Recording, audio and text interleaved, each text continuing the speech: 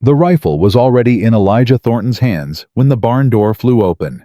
He hadn't held a child in 6 years, not since he buried his daughter Hope in the frozen ground. But when that little girl collapsed at his feet, blue-lipped and barely breathing, he dropped the gun and caught her before she hit the dirt. Behind her, 6 more children stumbled out of the shadows. The oldest boy grabbed Elijah's coat and choked out 3 words. He killed Papa. Subscribe to our channel and follow this story to the very end.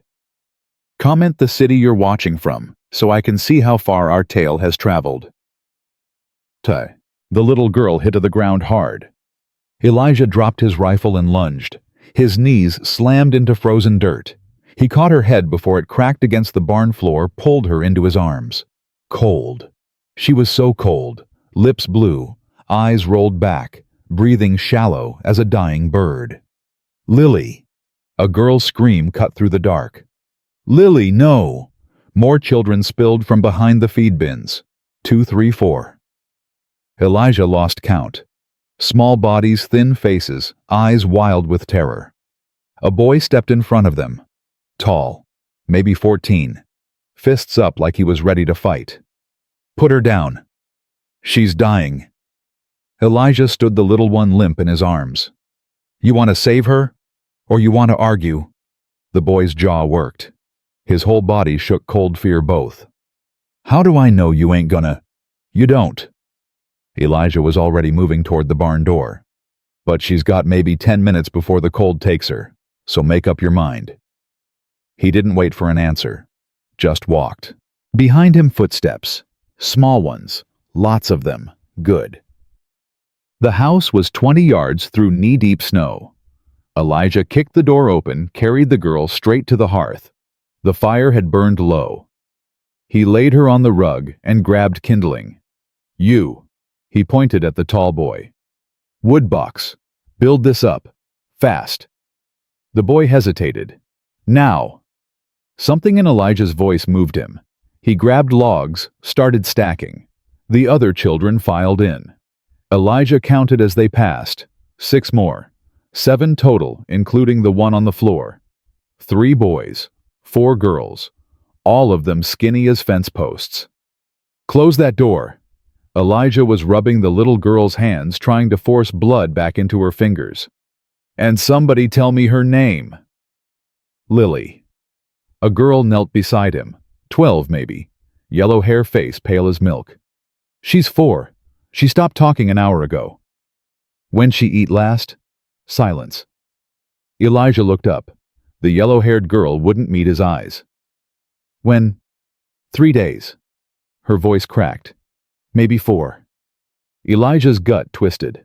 He'd seen starving cattle. He'd seen drought kill a whole herd in a single summer. But starving children was something else. Kitchen. He jerked his head at the tall boy. Bread in the tin. Milk in the cold box. Bring it. All of it. The boy. Sam Elijah heard one of the others whisper, moved fast. The rest of you.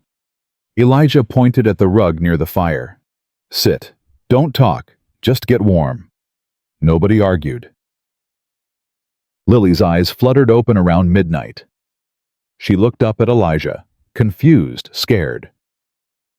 Then she saw Clara, the yellow-haired girl her sister Elijah had figured out, and reached for her. Clara! Her voice was barely a whisper. I'm hungry. Clara burst into tears. Elijah handed her a cup of warm milk. Small sips. Her stomach ain't ready for much. He stood and moved to the window. Outside, nothing but snow and darkness. The wind had died down some, but the cold was brutal. 25 below easy. Mister. He turned. The tall boy Sam stood behind him. His face was hard, but his eyes gave him away. Scared. Bone-deep scared. We ain't staying. Sam's voice was flat. Soon as Lily's better, we're gone. Where? Don't matter. Just away. Away from what? Sam's jaw tightened. He didn't answer. Boy. Elijah kept his voice low. I just pulled your sister off my barn floor half dead from cold and hunger. I fed you. I warmed you. Least you can do is tell me what you're running from." Sam stared at him for a long moment, then his shoulders dropped. "You know Cornelius Ashford." Elijah's blood went cold. Everyone in Wyoming territory knew Cornelius Ashford. Richest man in 3 counties. Owned the bank in Silver Springs, half the mines in the hills, and rumor had it the judge and sheriff both. "I know him. He's our guardian." Sam spat the word like poison. "Legal and proper. Got papers signed by Judge Harmon himself. Guardian." Elijah looked at the children huddled by the fire, at the bruises on the dark-haired girl's arms, at the hollow cheeks and haunted eyes. "That what you call a man who starves children? He calls it discipline." Sam's voice cracked. "Says orphans need a firm hand. You ain't orphans. Your mama sold us." Sam's face went blank. $200. That's what we were worth. Elijah said nothing. There was nothing to say. She didn't want to. Clara's voice came from behind them. She was still holding Lily, stroking her hair. "Mama was desperate. Papa died in the mines and there was nothing left. Ashford said he'd give us a good home, said he'd send us to school, treat us like his own." "But he lied," Sam finished. "He always lies." The fire crackled. Wind moaned outside. "That ain't the worst of it." A new voice. Quiet. Flat. Elijah turned. A boy, maybe 10, red hair and freckles, was watching him from near the hearth. He hadn't spoken since they'd come inside. "Jake." Sam's voice was sharp. "Don't." "He needs to know." Jake stood up slowly, his hand pressed against his chest over something hidden under his thin coat. "If he's gonna help us, he needs to know why Ashford wants us gone." "Jake, Ashford killed my papa." Jake's eyes didn't waver. "Pushed him off a cliff and made it look like an accident. I saw it happen." The room went dead silent. Elijah felt the weight of those words settle on him like stones. "You saw it." "I was up on the ridge, playing." Jake's voice was steady, too steady for a 10-year-old. "Papa and Ashford were arguing at the cliff edge, about money, about the mine. Papa said he was going to change the partnership papers. Said Ashford wasn't getting another cent." "What happened then?" "Ashford pushed him." Jake's hand pressed harder against his chest. "One shove. That's all it took. Papa went over the edge and I heard him scream all the way down." Clara was crying silently. Sam had gone pale. "Ashford climbed down after," Jake continued. "Took something from Papa's coat. Papers. Then he rode back to town and told everyone it was an accident. Said Papa slipped on loose rock. And nobody questioned it. Ashford owns the sheriff, owns the judge, owns half the town." Jake's eyes were hard. Who was going to question him? Elijah looked at the boy, at the hand pressed to his chest, at the shape hidden beneath his coat. "What did you see, Jake?" "Exactly." Jake was quiet for a long moment. Then he reached into his coat and pulled out a small leather book. Worn cover, dog-eared pages. "I remember everything." He held the book tight. "And I never forget." Before Elijah could respond, a girl's voice cut through the silence. "Someone's coming." The dark-haired girl, Grace Sam's other sister, was at the window. Her face was white. "Riders, 3 of them, coming up the road." Elijah moved fast. He grabbed his rifle from where he'd dropped it, checked the chamber. "All of you, back room, now." "But," Clara started. "Now." Sam grabbed Lily from Clara's arms. "You heard him. Move." The children scrambled. Elijah waited until he heard the back room door close, then crossed to the window. 3 riders, just like Grace said, moving slow through the snow, lanterns swinging. Elijah's finger found the trigger. The lead rider pulled up at the edge of the yard, called out, "Thornton Elijah Thornton." Not Ashford. Elijah recognized the voice. Wade Garrett, County Sheriff. Bought and paid for maybe, but not a killer. Not yet. What do you want, Wade? Need to talk. Official business. It's past midnight. I know what time it is. Garrett's voice was tired. Open the door, Elijah. It's cold as hell out here. Elijah weighed his options. Running would only make things worse. And Garrett wasn't a bad man, just a weak one. He opened the door. Garrett stepped inside, stamping snow from his boots. Behind him, 2 deputies waited in the yard hands near their guns. Heard you had visitors tonight? Garrett's eyes swept the room. 7 children, give or take. Property of Cornelius Ashford. Property. Elijah didn't lower the rifle. That what we're calling children now. Legal wards, same thing.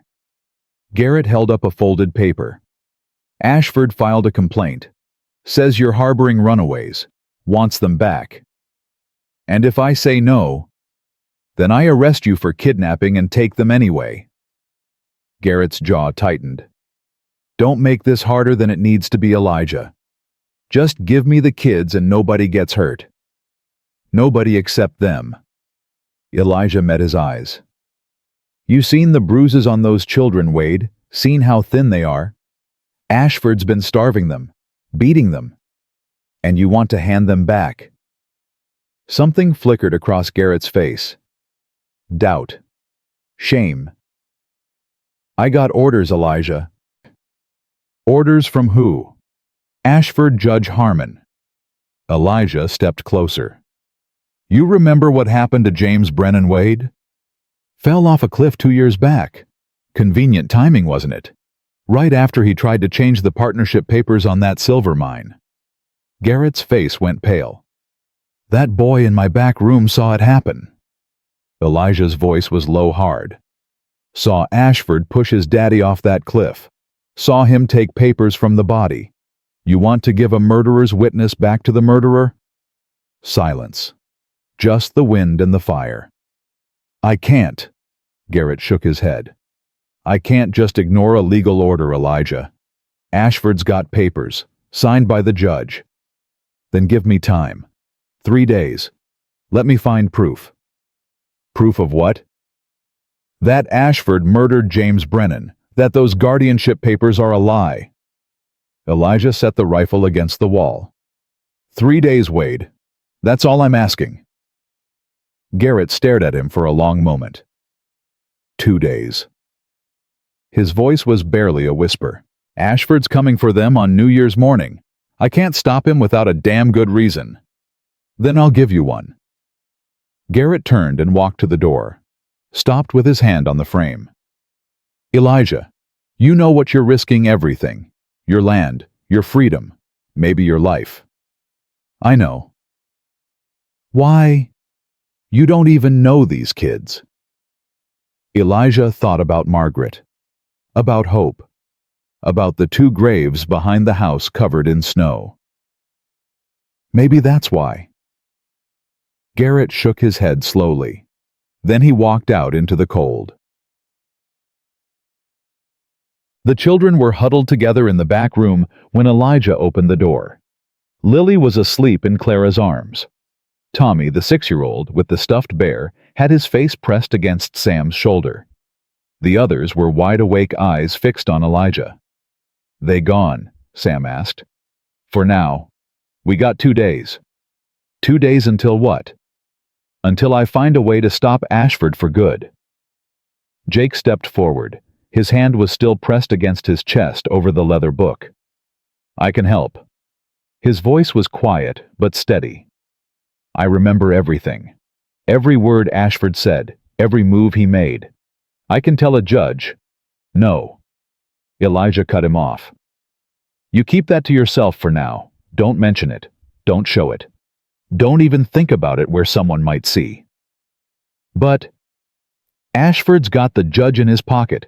You walk into that courtroom waving evidence around, it disappears. You disappear. Elijah knelt so he was eye level with the boy. You understand what I'm saying? Jake's face went pale. He understood. When the time comes, you'll get your chance. But not yet. Not until we got people who'll listen. What people? Grace's voice was bitter. Everyone in this territory answers to Ashford. Not everyone. Elijah stood. There's a preacher named Stone. Rides circuit through the county. If your folks registered any papers with the church will's birth records, anything he'd know. Mama talked to a preacher, Clara said slowly.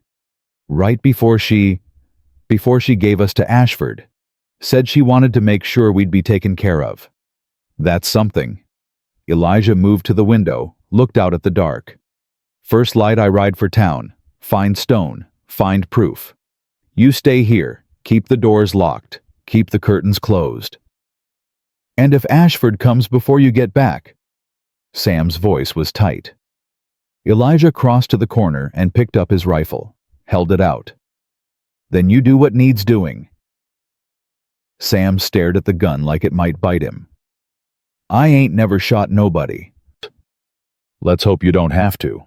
Elijah pressed the rifle into his hands. But if it comes down to them or you protect your family. That's what family does. Sam's hands were shaking, but he took the gun. The night stretched on.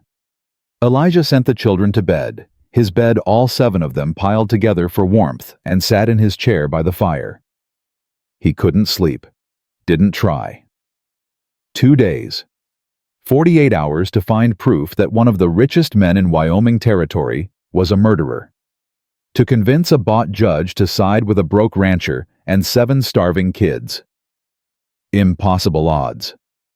But he'd faced impossible before. Faced it when the diphtheria came through and took hope in 3 days. Faced it when Margaret stopped eating, stopped talking, stopped breathing. He'd failed then. Failed them both. Maybe this was his chance to do better. Around 3 in the morning, soft footsteps padded across the floor. Clara appeared in the firelight, Lily awake in her arms. She wants water. Elijah got up, filled a cup from the pitcher, handed it to Clara, who held it to Lily's lips. Mr. Thornton. Yeah. Why are you doing this? Clara's eyes were wet. You don't know us. You got no reason to risk everything for strangers. Elijah was quiet for a long moment. 6 years ago. His voice was rough. I had a wife, a daughter, Margaret and Hope. Clara waited. They're buried out back, under the oak tree. He stared at the fire. After they died, I stopped caring about much of anything. Figured if I didn't love nothing, I couldn't lose nothing. Lily had fallen asleep again. Clara held her close. Then you 7 came stumbling into my barn. Elijah looked at Clara, at the sleeping child in her arms. And I thought about Hope, about how she was the same age as Lily when she got sick, about how I would have done anything to save her. But you couldn't. No. His throat tightened. I couldn't. But maybe... He stopped, started again. Maybe I can save you. Clara was crying now, silent tears running down her face. That don't make sense, she whispered. We ain't your family. Not yet.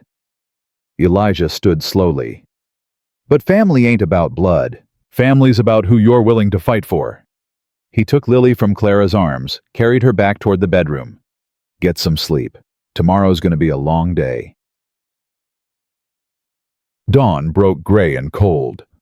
Elijah saddled his horse before First Light checked his rifle, loaded his pockets with extra ammunition.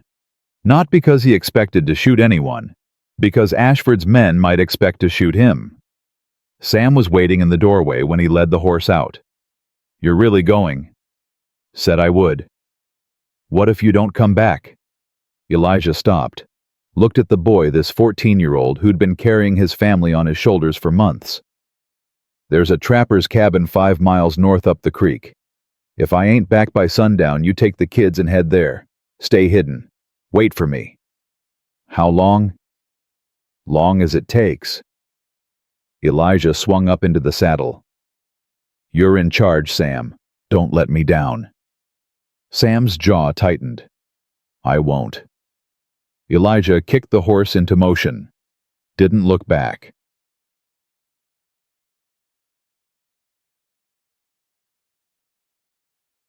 The ride to Silver Springs took 2 hours. Snow had drifted deep on the roads, and the horse had to fight for every step. But Elijah pushed on the cold, biting through his coat, his mind racing ahead. He needed to find Stone, needed to find proof, needed to build a case strong enough to stand against Ashford's money and power.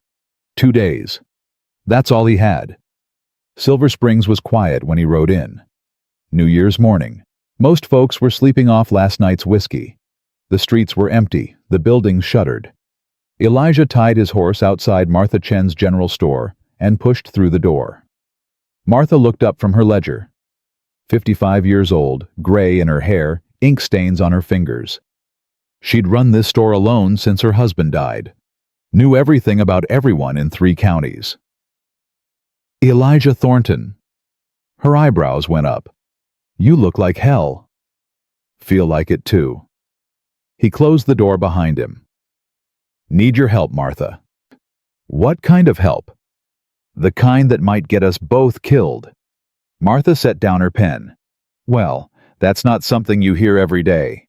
Sit down. Talk. He told her everything, the children, the beatings, the starvation, Jake's accusation. When he finished, Martha's face was stone. I always knew Ashford was a snake. She stood, moved to a cabinet in the corner. But murder, that's a different kind of evil. You believe it? I believe those children believe it, and I believe James Brennan didn't just fall off a cliff. She pulled out a yellowed piece of paper, handed it to him. Found this last week, going through old records. Elijah looked at it. An invoice from 1885, mining equipment purchased by James Brennan and Cornelius Ashford Partners. See the note at the bottom. Martha pointed. 3 weeks after this purchase, Brennan amended the partnership, made sure his share would go to his children if he died. And 2 weeks after that, he fell off a cliff. Martha's voice was flat. Convenient, ain't it? Elijah stared at the invoice. His hands shook. This is something, Martha. But it ain't enough. No, it ain't. She crossed her arms. But I know someone who might have more. Reverend Stone's in town, staying at the boarding house. I know. I was heading there next. Go, fast. Martha glanced toward the window. And Elijah, watch your back. Ashford's got eyes everywhere. The boarding house was 3 blocks down. Elijah moved quick, keeping to the shadows, hand near his gun. He found Stone in the common room eating breakfast by the fire. 62 years old, silver-haired, weathered face. The kind of preacher who'd seen everything and judged no one. Reverend. Stone looked up. His eyes narrowed. Elijah Thornton. Haven't seen you in church since... I ain't here for church. Elijah sat across from him, leaned close. I'm here about Cornelius Ashford and 7 children he's trying to destroy. Stone set down his fork. I'm listening. 20 minutes later, Stone's face was grave. I knew Sarah Whitmore, he said slowly. Talked to her before she signed those guardianship papers. She was desperate, Elijah, drowning in debt. I told her to wait, to find another way. But she was too scared. Did she register anything with the church? A will? Something that might give us a claim to those kids? Stone was quiet for a long moment. Not Sarah. He rubbed his forehead. But Emily Brennan James's wife, she registered her will with me 3 years ago, before she died of fever. What did it say? Named a guardian for Jake and Abby in case James couldn't care for them, her sister, Helen Crawley, up in Montana Territory. Elijah's heart kicked. If that will still exists. It supersedes any guardianship papers Ashford filed. Stone nodded. Helen Crawley would have legal claim to those children. Where's the will now? County seat, St. Catherine's Parish. Stone's jaw tightened. I can ride there today. But Elijah, it's 40 miles. In this weather, it'll take me 2 days minimum. I ain't got 2 days. Then you'll have to find another way to stall. Stone grabbed his coat. I'll leave within the hour. If the will exists, I'll find it. Thank you, Reverend. Stone paused at the door. Those children, they're safe. For now. Keep them that way. His eyes were hard. Whatever it takes. Elijah was halfway back to his horse when he saw them. 2 men, standing outside Martha's store. Hard faces, guns on their hips, and between them, stepping out of a fancy carriage, was Cornelius Ashford himself. Elijah ducked into an alley, pressed himself against the wall. Through the gap between buildings he could hear voices. Asking about some children, Mrs. Chen, 7 of them, runaways from my care. Don't know nothing about no runaways. Martha's voice was ice. That's strange, because someone saw Elijah Thornton's horse tied outside your store not an hour ago. Ashford's voice was smooth, pleasant. The voice of a man who'd never had to fight for anything in his life. And Thornton's ranch is exactly where I'd expect desperate children to hide. Silence. You wouldn't be lying to me, would you, Mrs. Chen, because that would be unfortunate. I told you, I don't know nothing. A long pause. Then Ashford's voice lower now. Watch the store. If Thornton comes back, follow him. What about the rancher? Leave him to me. Footsteps crunched on snow. I'll be paying Mr. Thornton a visit this afternoon, and I'm bringing friends. Elijah didn't wait. He circled around through back alleys, found his horse, and rode hard for the hills. Not the main road. Too exposed. He took the back trails, the ones that wound through creek beds and pine forests. Trails that weren't on any map. His mind raced as he rode. Ashford knew. Knew the children were at his ranch. Knew Elijah was helping them. He had hours, maybe less, before Ashford showed up with his hired guns. The children needed to move. Now. He crested the ridge above his property just past noon. Looked down at the house. No smoke from the chimney. His blood turned to ice.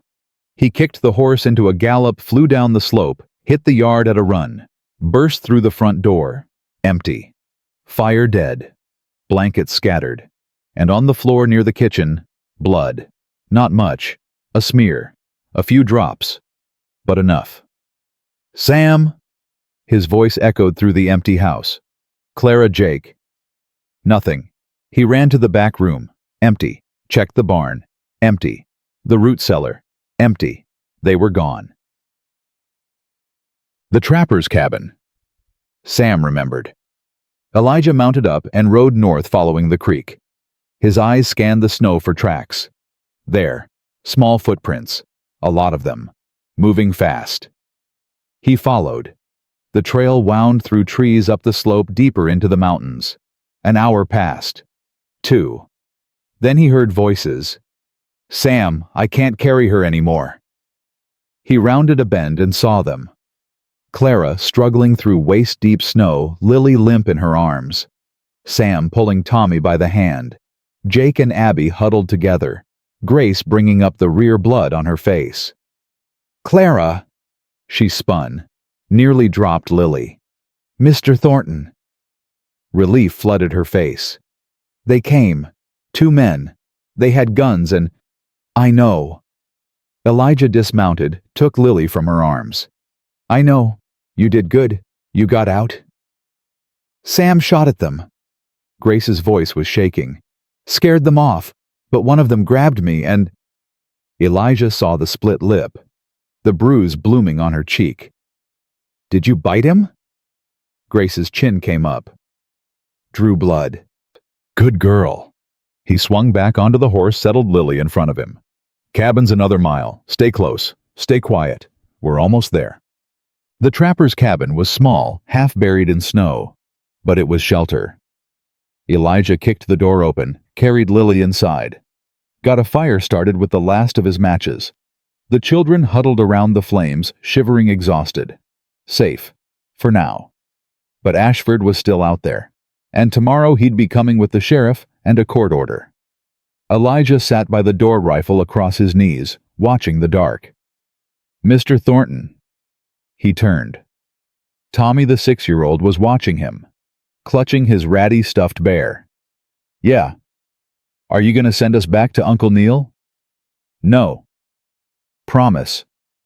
Elijah looked at the small face, at the fear in those eyes, at all 7 children watching him waiting for an answer. He thought about Hope, about the promise he'd made to keep her safe, about how he'd failed. "I promise," he said. "I ain't letting nobody take you, not while I'm breathing." Tommy nodded slowly. Then he crawled over and leaned against Elijah's side. "I believe you," Tommy whispered.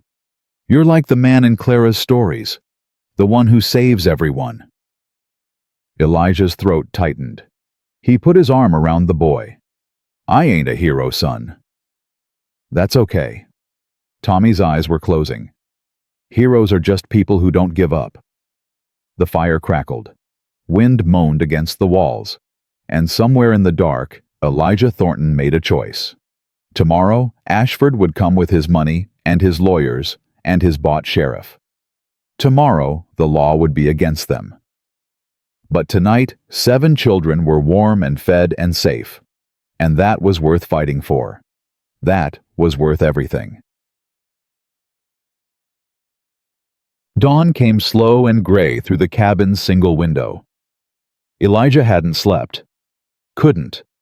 Every snap of a branch, every gust of wind against the walls had him reaching for his rifle. The children slept in a pile near the fire, tangled together like puppies seeking warmth. Tommy had stayed pressed against Elijah's side all night, the stuffed bear clutched to his chest even in sleep. Elijah looked down at the boy's face. Peaceful now. No fear, no hunger, just a child dreaming whatever dreams children dream. He thought about Hope, about how she used to crawl into his lap on cold mornings, press her face against his chest, and say, "You're warm, Daddy, warm like sunshine." 6 years. 6 years since he'd heard that voice. But now there were other voices, other children, and they needed him awake. Sam stirred first. The boy sat up, rubbed his eyes, and found Elijah watching him. "You didn't sleep." "Somebody had to keep watch." Sam stood slowly, careful not to wake the others. He crossed to the window and looked out at the snow-covered mountains. "They'll come today." "Probably." "What do we do?" Elijah set the rifle against the wall and stood. His bones ached from sitting all night on the cold floor. "We can't stay here. Ashford knows my land. He'll figure out where I'd send you." He moved to the fire, added the last piece of wood. "There's a woman in town, Martha Chen. She's got a root cellar under her store, big enough for all of you." "You want us to hide in a cellar?" "I want you to stay alive." Elijah turned to face him. "Stone's riding for the county seat, looking for a will that might give us legal claim to Jake and Abby. If he finds it, everything changes." "And if he doesn't?" Elijah didn't answer. He didn't have to. Clara woke next, then Grace, then the others one by one. Lily was the last, blinking up at Clara with confused eyes. "Where are we?"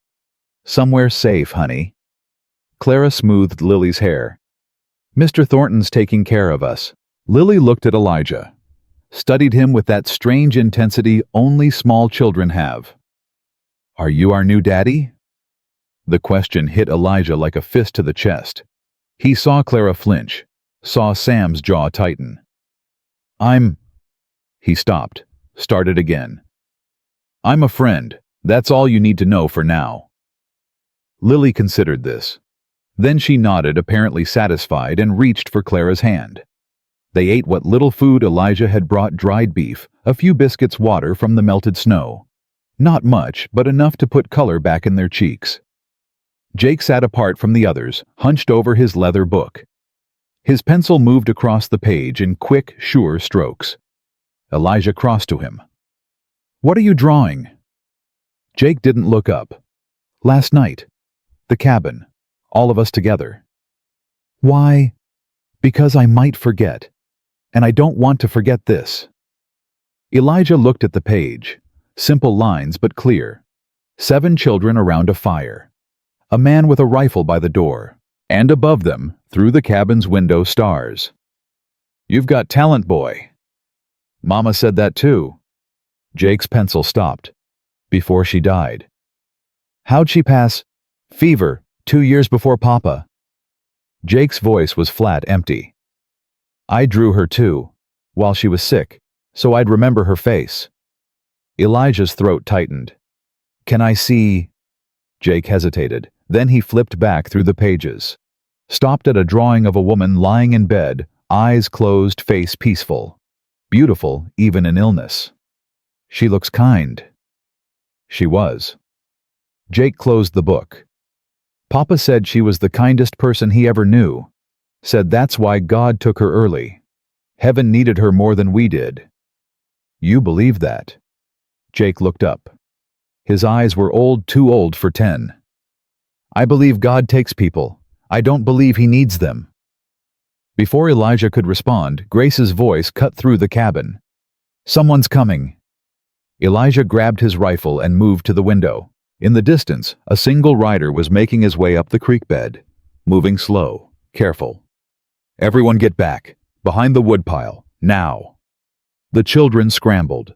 Sam grabbed Lily. Clara grabbed Tommy. Jake shoved his book inside his coat and pressed himself against the wall. Elijah cocked the rifle and waited. The rider came closer, close enough to make out details. A black coat, silver hair, a wooden cross hanging from the saddle horn, stone. Elijah let out a breath he didn't know he'd been holding. He opened the cabin door and stepped outside. Reverend, you're supposed to be heading for the county seat. Stone dismounted, his face grim. I was. Got 3 miles out and ran into trouble. What kind of trouble? Ashford's men, 2 of them, watching the north road. Stone tied his horse to a tree branch. Turned back before they saw me, but Elijah, they're blocking all the main routes out of the territory. He knows we're looking for proof. He knows something. That's enough. Stone stamped snow from his boots and moved toward the cabin door. Where are the children? Inside. Safe. Stone nodded. Then he stopped his hand on the doorframe. There's more. I heard talk in town before I left. Ashford's called a meeting for this afternoon. Town hall. He's presenting his case to the community. Wants to turn everyone against you before the sheriff even gets involved. Let him talk. Words don't change what he did. Words change everything out here. Stone's eyes were hard. You know how these towns work, Elijah. People believe what the powerful man tells them. And Ashford's the most powerful man in 3 counties. Then we tell them different. With what rumors? The word of a 10-year-old boy. Stone shook his head. We need that will. We need legal proof that Ashford's guardianship is a lie. And how do we get it if your roads are blocked? Stone was quiet for a long moment. Then he looked at Elijah with something like hope in his eyes. There's another way. Longer. Harder. Through the mountains instead of around them. Indian trails. Trapper routes. I used them 30 years ago when I first came to this territory. Stone rubbed his jaw. It'll take 3 days instead of 2. Maybe 4 if the weather turns. But Ashford's men won't know to watch those paths. 3 days. Elijah's mind raced. The sheriff's coming tomorrow. Ashford will have a court order by sundown. Then you'll have to stall them. How? Stone reached into his coat and pulled out a folded paper. I wrote a letter to Judge Harmon before I left town. Told him I'm contesting the guardianship on grounds of fraud and child endangerment. It's not much, but it should buy you a day, maybe 2. Elijah took the paper. The ink was still fresh, the signature bold. You could lose everything for this, Reverend. Your position, your reputation. I lost more than that the day I let Sarah Whitmore sign those papers. Stone's voice was heavy. Those children have been suffering for 2 months because I didn't have the courage to stop it. Well, I've got courage now. He turned and walked back to his horse. 3 days, Elijah. Keep them safe for 3 days. I'll be back with proof, or I won't be back at all." He mounted up, kicked his horse into motion, and disappeared into the trees. Elijah watched him go. Then he looked down at the letter in his hands. 3 days. 72 hours. It might as well have been a lifetime. Inside the cabin, 7 faces watched him as he came through the door. "Was that the preacher?" Sam asked. "Yeah." "Is he going to help us?" "He's trying." Elijah folded the letter and tucked it into his coat. "But we can't stay here. We need to get back to town." "Town?" Grace's voice was sharp. "That's where Ashford is. That's where the sheriff is. You want to walk us right into their hands. I want to hide you somewhere they won't look." Elijah picked up his rifle. "Martha Chen's got a cellar under her store. Ashford's already searched it once. He won't search it again." "How do you know?" "Because men like Ashford don't think small. They look for grand gestures, big moves. They don't look in root cellars." He moved toward the door. "Besides, Martha's one of the few people in this town who ain't scared of him. She'll keep you safe." Clara stood Lily in her arms. "What about you?" "I'm going to that meeting." "The one Ashford called?" Sam's voice cracked. "That's suicide." "Maybe." Elijah met his eyes. "But if I don't show up, people will think I got something to hide. They'll believe whatever Ashford tells them." He shouldered his rifle. "I need to look them in the face. Remind them who I am, what I've lost, and ask them if they really believe a man like me would risk everything for a lie." The children were quiet. "You're brave," Abby said softly. She was holding Jake's hand, her red hair tangled from sleep. "Like a knight in a story." "Ain't nothing brave about it." Elijah opened the door. "Just stubborn." The ride back to Silver Springs took 3 hours. Elijah kept to the back trails, the children walking behind his horse in a ragged line. Sam led the way, breaking trail through the snow.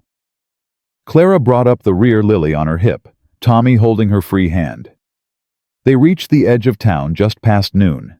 The streets were busier now, New Year's Day in full swing, people moving between houses exchanging greetings, pretending the world was good. Elijah tied his horse behind Martha's store and led the children through the back door. Martha was waiting. Her face was pale, but her eyes were steady. "Ashford's men came by an hour ago. Asked if I'd seen you." "What did you tell them?" "Same thing I told them yesterday." "Nothing." She looked at the children, at their thin faces and frightened eyes. "Lord have mercy, they look half dead." They almost were. Elijah guided them toward the back of the store. "I need to hide them. Somewhere Ashford won't look." The cellar. Martha was already moving, pulling up a hidden trapdoor behind a stack of flour sacks. "It's cold down there, but dry. I'll bring blankets. Food." "Thank you, Martha." "Don't thank me yet." She helped Clara down the ladder, then reached for Lily. "Ashford's meeting starts in an hour. Half the town's going, and from what I hear he's got quite a speech planned." "I know. I'm going." Martha stopped, stared at him. "You're what?" "Going to the meeting." Elijah handed Tommy down to Sam, who'd already reached the bottom. "If I hide, they'll think I'm guilty. I need to face them." "Elijah Thornton, that is the stupidest thing I've ever heard." Martha's voice was sharp. "Ashford will have you arrested on the spot. You'll be in a cell before sundown." "Maybe, but at least they'll hear my side first." "Your side?" Martha grabbed his arm. "You've got no proof, no witnesses, nothing but the word of 7 children against the richest man in the territory. What exactly do you think you're going to say?" Elijah looked down at the trapdoor, at the faces looking up at him from the darkness below. "The truth," he said quietly. "Sometimes that's all you've got." He squeezed Martha's hand, then climbed down the ladder. The cellar was small, low-ceilinged, smelling of earth and root vegetables. The children huddled together in the dim light, watching him. "I'll be back," Elijah said. "A few hours, maybe less. What if you don't come back? Clara's voice shook. Then you stay here. Stay hidden. Martha will take care of you until Reverend Stone returns. And if the Reverend doesn't come back either. Elijah was quiet for a moment. Then he knelt in front of her eye level with the children. Listen to me, all of you. His voice was low, steady. I've spent 6 years giving up, letting the world beat me down, waiting to die because I didn't have nothing worth living for. He looked at each of them in turn. Sam trying so hard to be strong. Clara holding her family together with sheer will. Jake with his book full of memories. Grace angry and scared and fierce. Abby still believing in fairy tales. Tommy clutching his bear. Lily too young to understand any of it. But I've got something now. I've got you. His voice cracked. And I ain't giving up again. Not ever. You understand? Nobody spoke, but Tommy reached out and touched Elijah's face. Don't be scared, Tommy whispered. Heroes always come back. Elijah closed his eyes, felt the small hand against his cheek. I'll do my best, son. He climbed back up the ladder and closed the trapdoor behind him. The town hall was packed when Elijah arrived. Every seat taken, people standing along the walls, spilling out the door into the cold. He pushed through the crowd, ignoring the stares, the whispers that followed him like a wake. Ashford stood at the front of the room, flanked by his lawyers. He was dressed in his finest coat, gold watch chain, gleaming that blood-red ring on his finger catching the light. Sheriff Garrett stood off to the side, arms crossed, face unreadable. Judge Harmon sat behind a table, papers spread before him. Old gray-haired with the watery eyes of a man who'd made too many compromises. The room went quiet as Elijah walked down the center aisle. Mr. Thornton? Ashford's voice was smooth, pleasant. So glad you could join us. I was just telling these good people about the 7 children you've been harboring. Children who belong in my care. They don't belong to you. Elijah's voice carried through the room. They're not property. They're my legal wards. I have the paperwork to prove it. Ashford held up a document, that familiar red wax seal at the bottom. Signed by Judge Harmon himself. Papers don't make a man fit to raise children. Elijah turned to face the crowd. You all know me. Most of you knew my wife, my daughter. You know what I lost. Silence. A few nods, a few averted eyes. I found those children in my barn 3 nights ago, starving, freezing. The little one, 4 years old, was so cold she couldn't even cry anymore. His voice hardened. That's what Cornelius Ashford's care looks like. Starvation, beatings, terror. Murmurs rippled through the crowd. Lies. Ashford's smile never wavered. The desperation of a lonely man trying to hold on to something that doesn't belong to him. Then explain the bruises on Grace Whitmore's arms. Explain why Tommy Caldwell flinches every time a man raises his voice. Explain why those children would rather freeze to death in a barn than go back to your house. Children have active imaginations. They exaggerate. They lie. Ashford spread his hands. Ask any parent. I'm asking you. Elijah stepped closer. Look me in the eye and tell me you never raised a hand to those children. For just a second, something flickered across Ashford's face. A crack in the mask. Then it was gone. I've disciplined them when necessary, as any guardian would. Discipline. Elijah's voice was ice. Is that what you call beating a 9-year-old girl until she can't walk? The room erupted. Voices overlapping, people standing, someone shouting for order. Judge Harmon banged his gavel. Quiet! Everyone! Quiet! The noise died slowly. Harmon looked at Elijah, his expression sour. Mr. Thornton, these are serious accusations. Do you have proof? I have witnesses, 7 of them. Children. Ashford's voice was dismissive. Confused, traumatized children who've been manipulated by a grieving man desperate for a family. Then bring them here. A new voice. Sarah Chen stepped forward from the crowd, arms crossed. Let them speak for themselves. Let us hear their side. More murmurs. A few people nodded. Ashford's jaw tightened. That would be inappropriate. Those children are my wards. They're upset, confused. Putting them on display would only traumatize them further.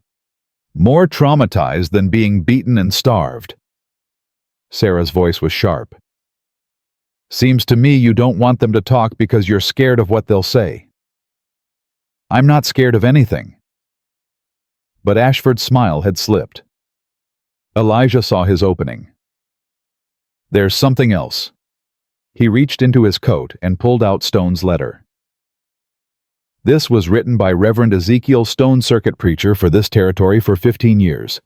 He's contesting the guardianship on grounds of fraud and child endangerment. He handed the letter to Judge Harmon. The judge read it slowly, his face going paler with each line. Where's Stone now? Riding for the county seat, looking for documents that prove Ashford's guardianship papers are illegal. What documents? Ashford's voice had lost its smoothness. Emily Brennan's will, the one that names her sister as guardian for Jake and Abby. Elijah watched Ashford's face.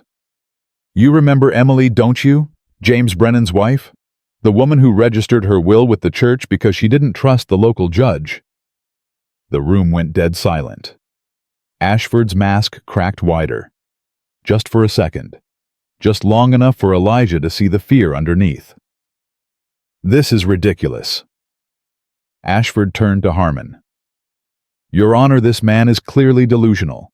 He has no proof, no evidence, nothing but the ramblings of a grief-stricken mind.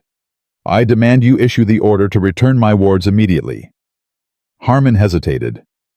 His eyes moved from Ashford to Elijah to the crowd watching in tense silence.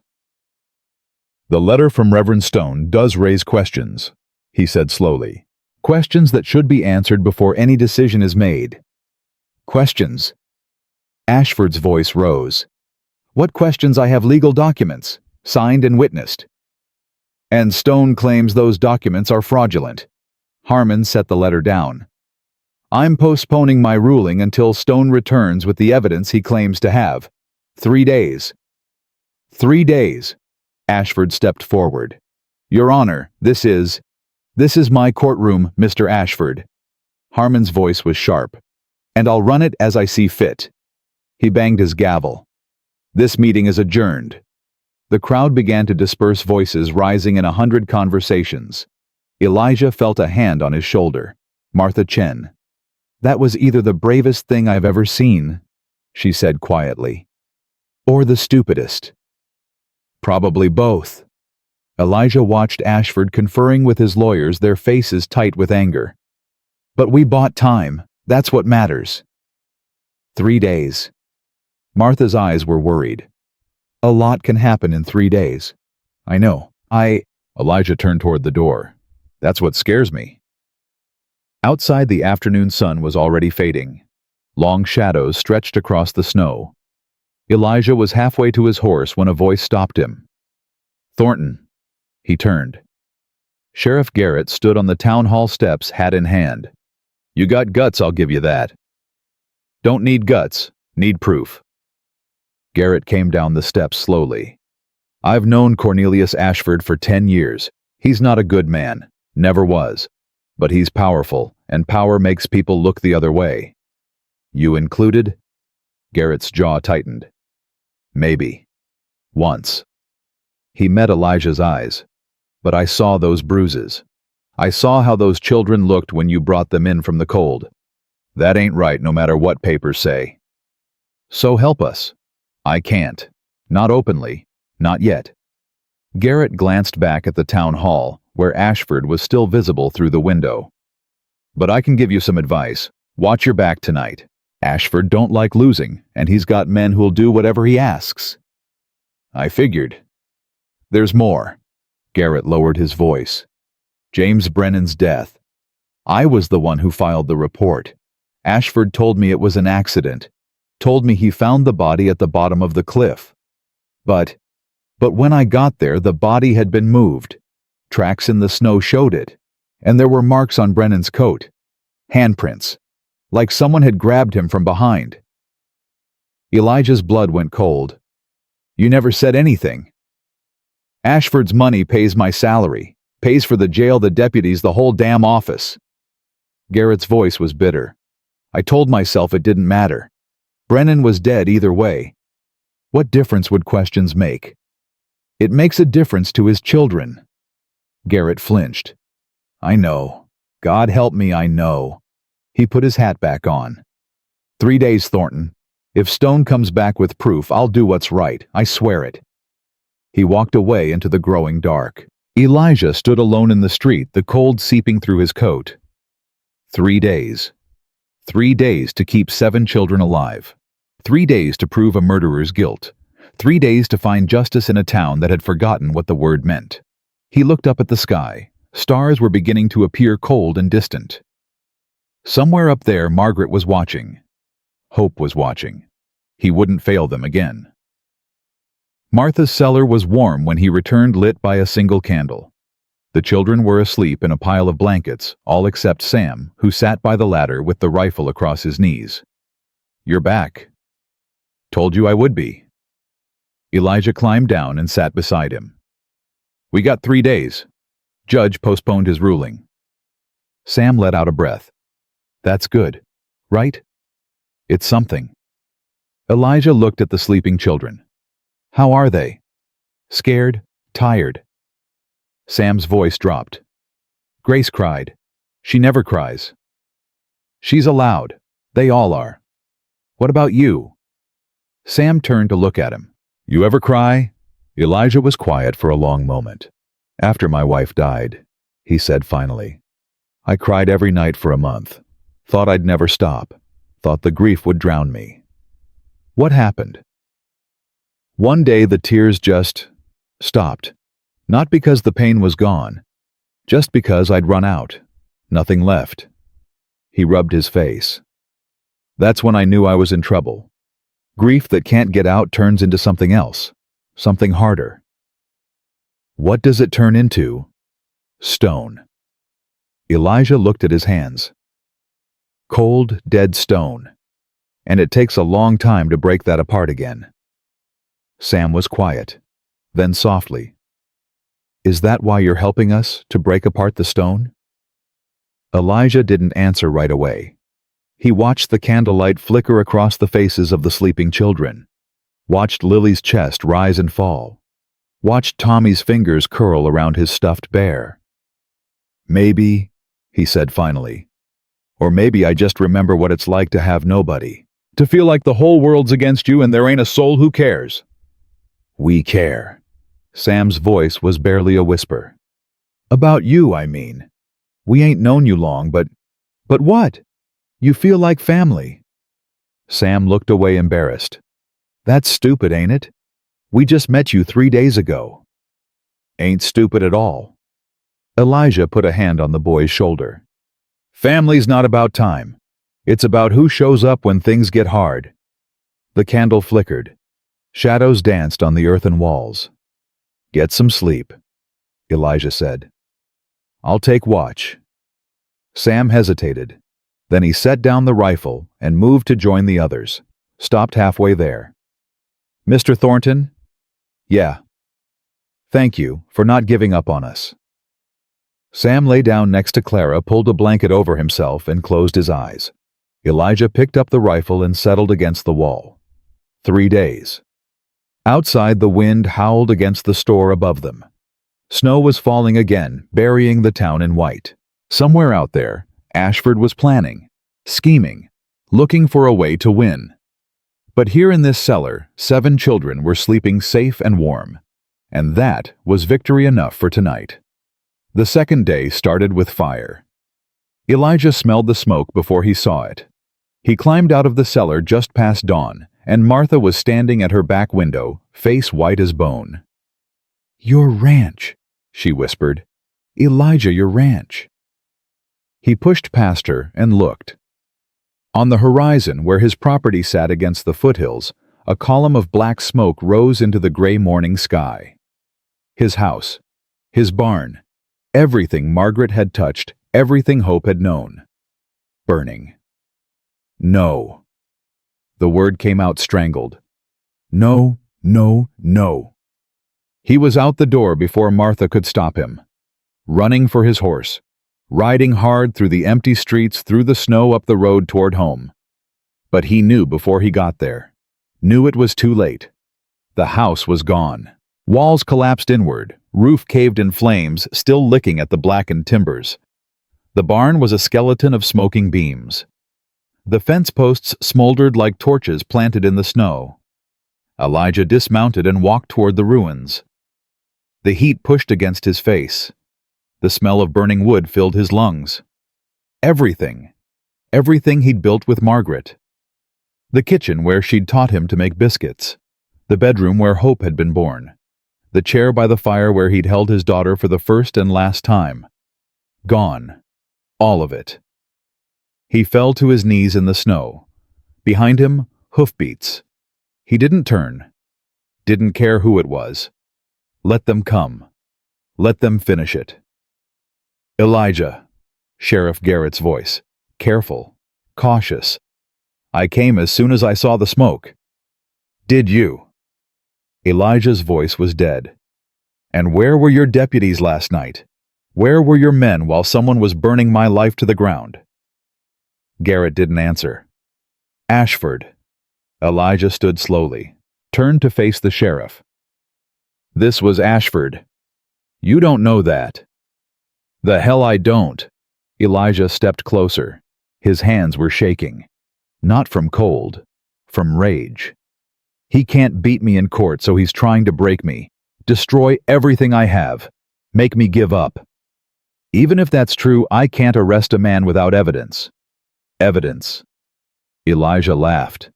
It sounded like breaking glass. There's your evidence, Wade.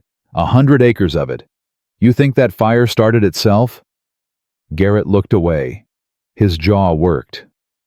I'll investigate. Ask around. See if anyone saw anything. You do that. Elijah walked past him toward his horse.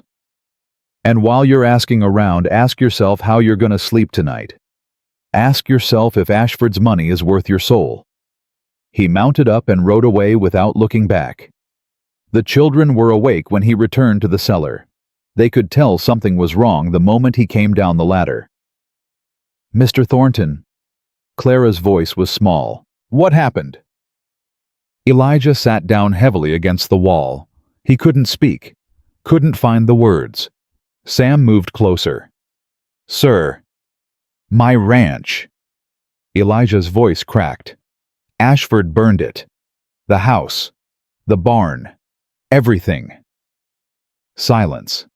Heavy and absolute. Because of us. Grace's voice was barely a whisper.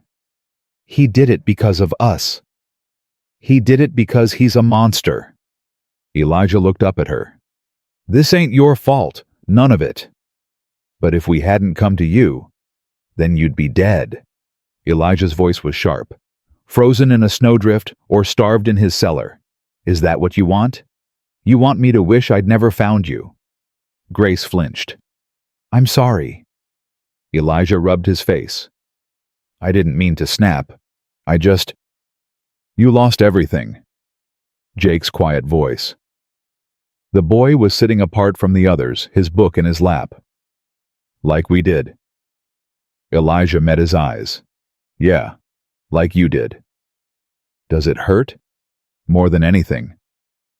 Jake nodded slowly. It gets worse before it gets better. That's what Mama used to say. The worst pain comes right before the healing starts. Your mama was a wise woman? She was.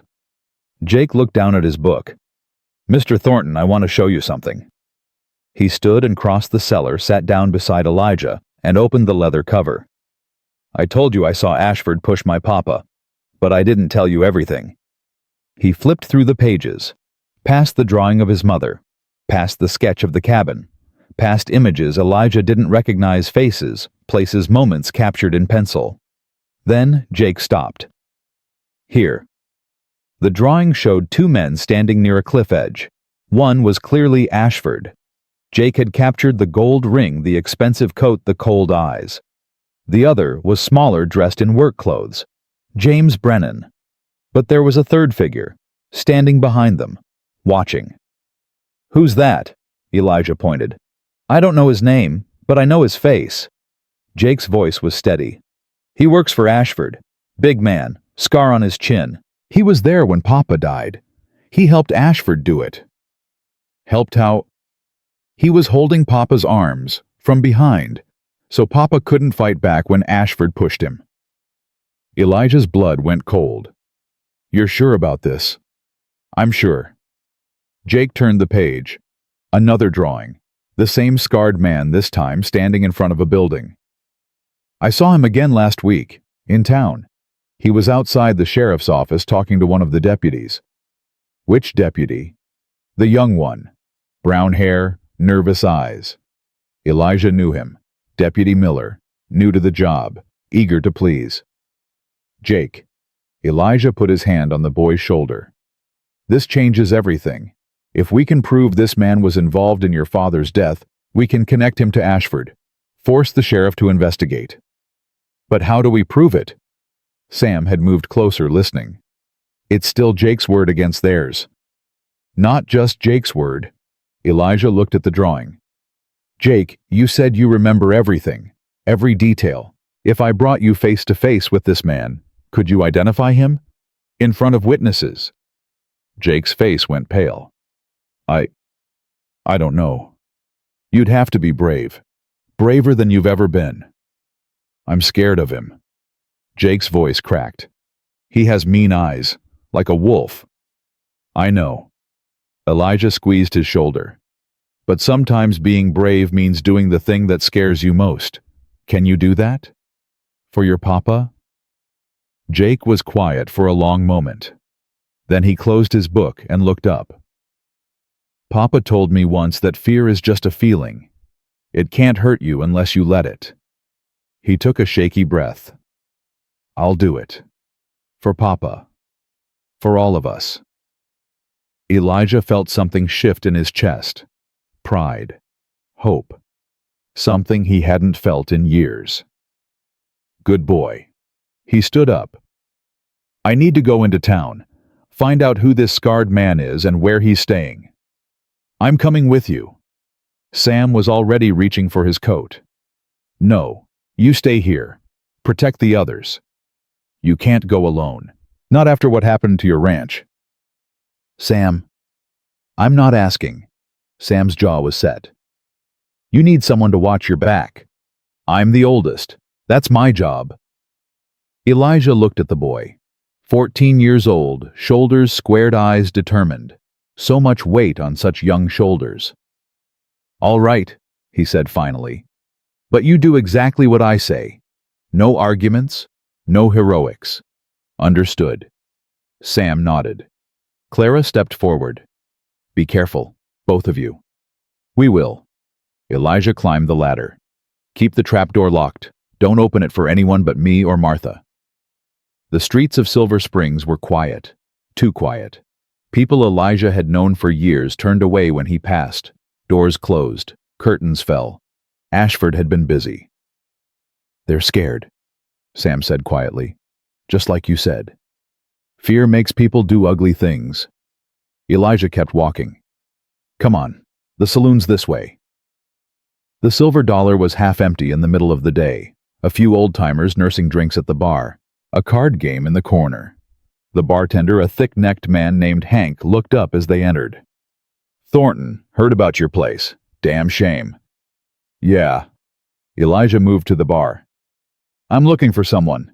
Big man, scar on his chin, works for Ashford." Hank's face closed down. "Don't know nobody like that." "You sure?" "I said I don't know him." Elijah leaned closer. "Hank, I've been drinking in this saloon for 10 years. You know me. You knew my wife. You came to her funeral." Hank's eyes dropped. "I'm not asking you to pick a side. I'm just asking for a name." Long silence. Then Hank glanced around, making sure no one was listening. Silas Cobb, he muttered. That's the man you're looking for. Ex-soldier, mean as a snake. He's been doing Ashford's dirty work for 3 years now. Where's he staying? Room above the feed store. But Thornton... Hank grabbed his arm. Don't go there. Cobb's killed men before. He won't think twice about killing you. Thanks for the warning. Elijah straightened. Come on, Sam. They were halfway to the door when a voice stopped them. Thornton. Elijah turned. A man had stood up from the card game. Young, brown hair, nervous eyes. Deputy Miller. Sheriff wants to see you. Tell him I'm busy. It ain't a request. Miller's hand moved toward his gun. He said right now. Elijah felt Sam tense beside him. Easy, Elijah murmured. Don't do anything stupid. They followed Miller out of the saloon and down the street to the sheriff's office. The building was small, weathered with bars on the windows. Inside, Sheriff Garrett sat behind his desk, and standing beside him, arms crossed, smile cold, was Cornelius Ashford. Mr. Thornton? Ashford's voice was silk. So good of you to join us. What do you want? I want my wards back. And since you seem determined to make that difficult, I've decided to take matters into my own hands. He nodded at Garrett. Sheriff? Garrett's face was gray. He wouldn't meet Elijah's eyes. Elijah Thornton, I'm placing you under arrest for kidnapping, child endangerment, and obstruction of justice. On whose authority? Mine. Ashford held up another document. That damned red seal. Judge Harmon signed the warrant this morning. You're to be held until the children are returned to my care. The judge gave us 3 days. The judge changed his mind. Ashford's smile widened. Amazing what a generous donation to the courthouse renovation fund can accomplish. Sam stepped forward. You can't do this. He ain't done nothing wrong. Ashford looked at him. Really looked. Ah, the oldest Whitmore boy. Samuel, isn't it? I've been wondering where you've been hiding. Sam's face went white. Don't worry, you'll be coming home soon. All of you. Ashford turned back to Garrett. Sheriff, if you please. Garrett stood slowly, reached for the handcuffs on his belt. Wade. Elijah's voice was quiet. You know this is wrong. I know. Garrett's voice was barely a whisper. But I got a family too, Elijah. I got 2 daughters and a wife. What am I supposed to do? The right thing. Garrett's hands shook as he clicked the cuffs around Elijah's wrists. I'm sorry. Elijah said nothing. There was nothing to say. They put him in the back cell, small, cold, with a narrow cot and a bucket in the corner. The bars were solid iron, the walls thick stone. No way out. Sam stood on the other side of the bars, his face desperate. I'll get help. Martha, someone. Sam, listen to me. Elijah pressed against the bars. Go back to the cellar. Tell the others what happened. And whatever you do, don't let Ashford find you. But, promise me. Sam's eyes filled with tears. He wiped them away angrily. I promise. Good. Elijah reached through the bars and gripped the boy's shoulder. You're a good kid, Sam. Your mama would be proud. Sam's face crumpled for just a second. Then he straightened his shoulders, turned, and walked out of the sheriff's office. Elijah watched him go. Then he sat down on the cot and put his head in his hands. Outside, through the small barred window, he could see the sun setting behind the mountains, red and gold and fading. 2 days left. And he was trapped in a cage while Ashford hunted his children. God help them all. Hours passed. The cell grew dark. Cold seeped through the walls. Elijah couldn't sleep. Every time he closed his eyes, he saw Margaret's face, Hope's face, the faces of 7 children who were counting on him. And he'd failed them, just like he'd failed his own family. Footsteps in the corridor, a lantern swinging. Deputy Miller appeared, keys in hand. Visitor for you. I don't want visitors. Too bad. Miller unlocked the cell door. He insisted. A figure stepped into the light. Tall, broad-shouldered, a scar running down his chin. Silas Cobb. Miller backed away. You got 5 minutes. He disappeared down the corridor. Cobb stepped into the cell. His eyes were flat empty, the eyes of a man who'd seen death and didn't care. Mr. Thornton.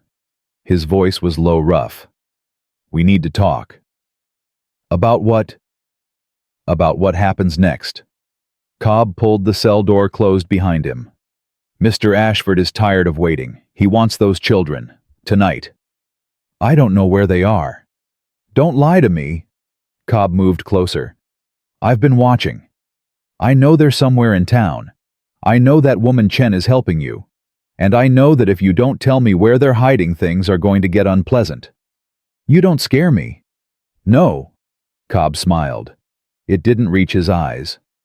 Then maybe I should tell you about James Brennan, about how he screamed when he went over that cliff, how he reached for the edge, tried to hold on, but his fingers just slipped. Elijah's stomach turned. I was there, you know. Held him still while Mr. Ashford pushed.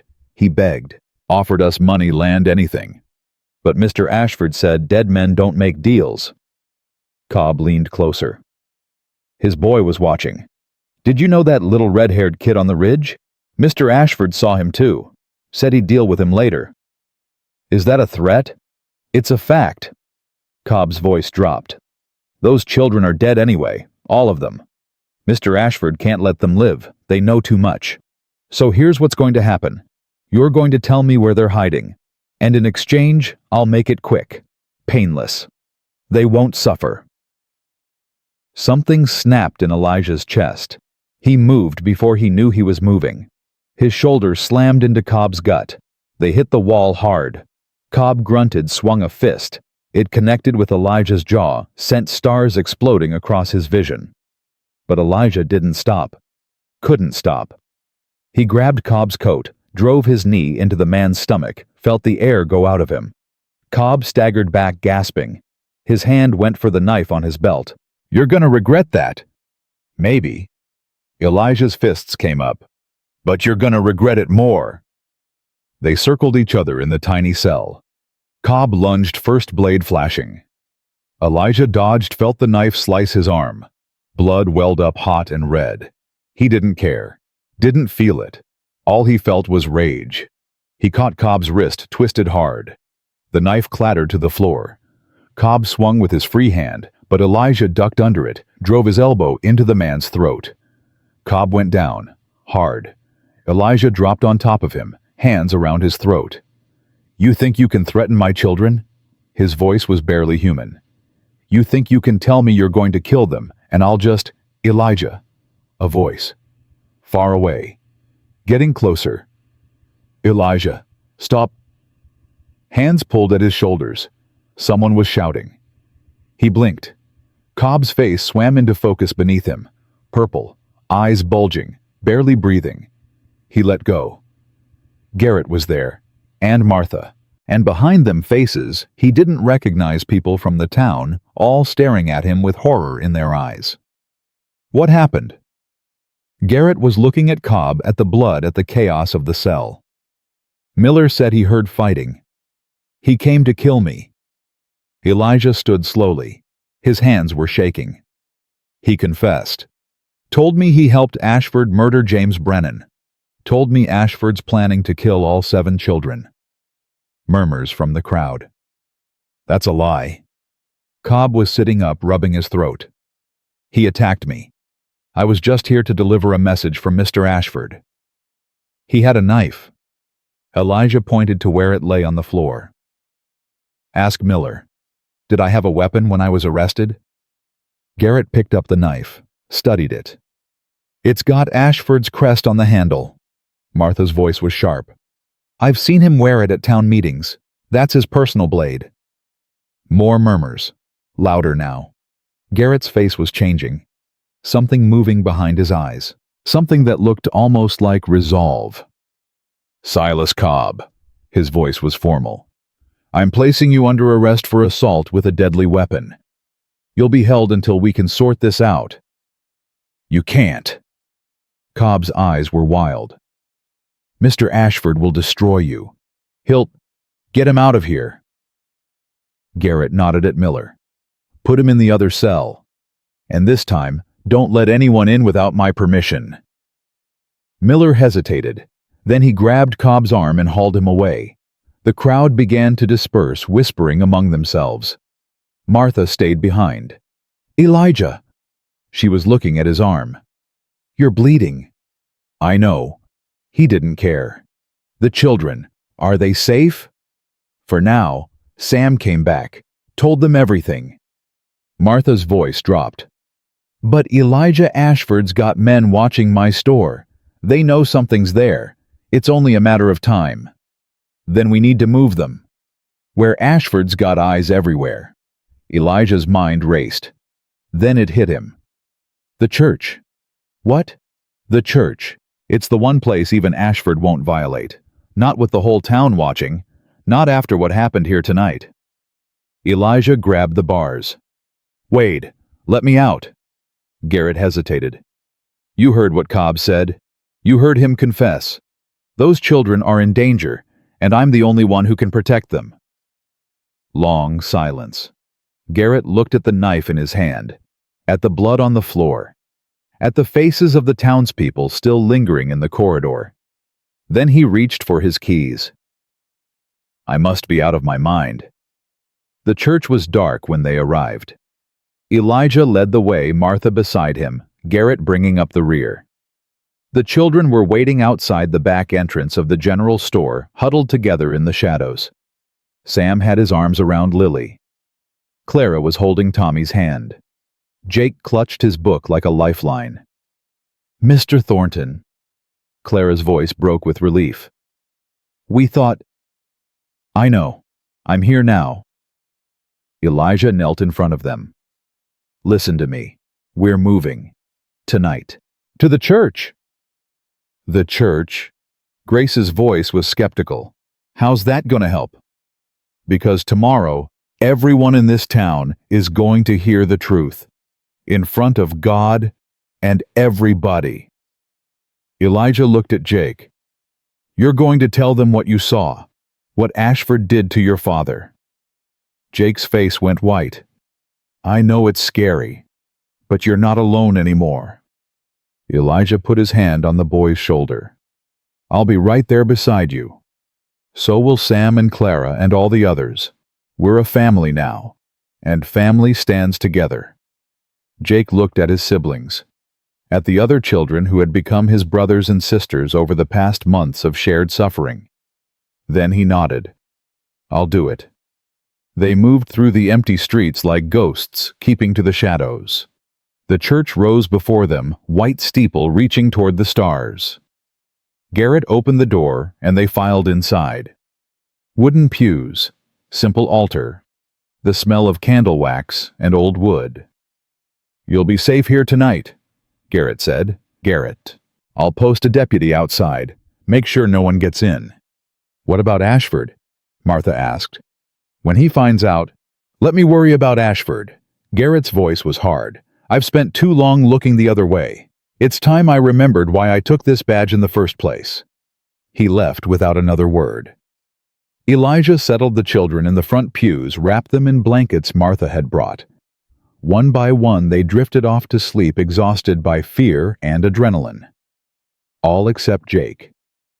The boy sat beside Elijah, his book open in his lap pencil, moving across a fresh page. What are you drawing? Tomorrow. Jake's voice was soft. What I hope it looks like. Elijah looked at the page. A courtroom. People in pews.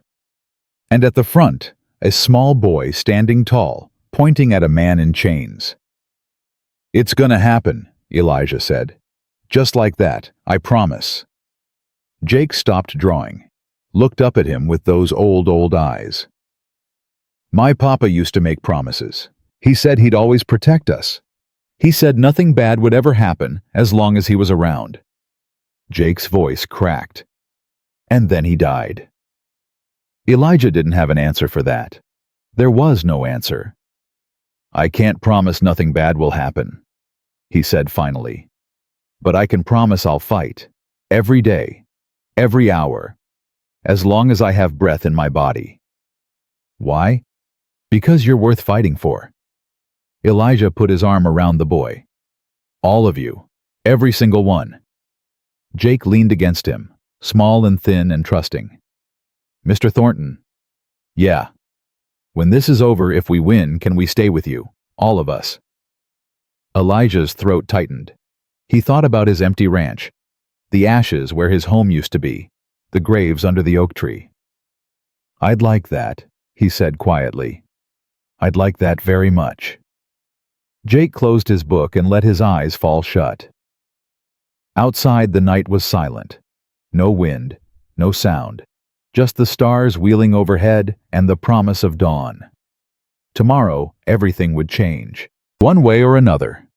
Morning came with the sound of church bells. Elijah woke with a start, his hand reaching for a rifle that wasn't there. It took him a moment to remember where he was.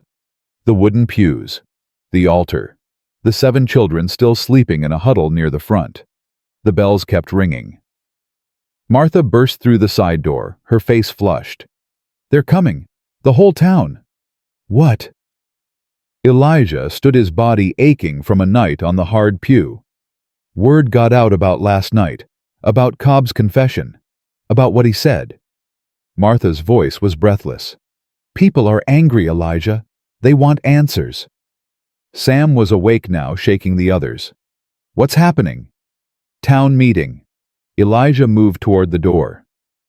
"Stay here. Keep the little ones calm." "But, Sam, trust me." The boy's jaw tightened, but he nodded. Outside, the street was filling with people, more than Elijah had ever seen in Silver Springs. Ranchers from the outlying properties, shopkeepers, miners, families with children, all of them moving toward the town hall, their breath fogging in the cold morning air. And at the center of it all, standing on the town hall steps, like a king surveying his subjects, was Cornelius Ashford. He saw Elijah and smiled, that cold, empty smile that never reached his eyes. "Mr. Thornton, I see you've managed to escape your cell. How unfortunate." "The sheriff released me." "Did he—" Ashford glanced at Garrett, who stood off to the side, his face unreadable. "We'll have to discuss that later." "There won't be a later." Elijah climbed the steps, putting himself eye level with Ashford. "It's over. Cobb talked. Everyone knows what you did." "Cobb is a drunk and a liar. No one will believe him." "Maybe not, but they'll believe Jake Brennan." Something flickered across Ashford's face. Just for a second, then the mask was back. "The boy is confused, traumatized. Anything he says, he drew pictures." Elijah's voice carried across the crowd. Detailed pictures of what he saw, of you pushing his father off that cliff, of Cobb holding him still. Murmurs rippled through the crowd, people shifting, whispering, looking at each other. "Lies." Ashford's voice rose. "All of it lies. This man is desperate.